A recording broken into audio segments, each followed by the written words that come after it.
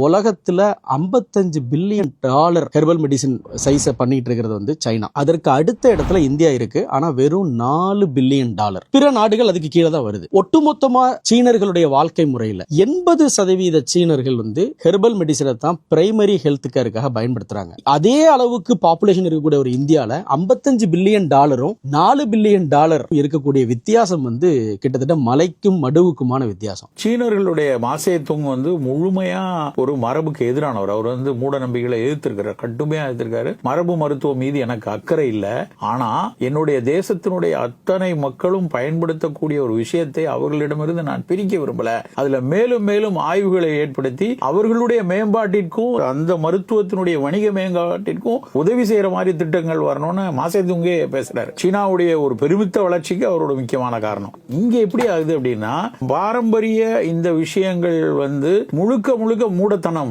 இதை வந்து தூக்கி எழிஞ்சிட்டு நீ வந்து முழுமையா வந்து நவீனத்தை பற்றிக்கொள் அப்படின்னு சொல்லி ஒரு பார்வை இங்க வந்து நிலை பெற ஆரம்பிச்சிருச்சு.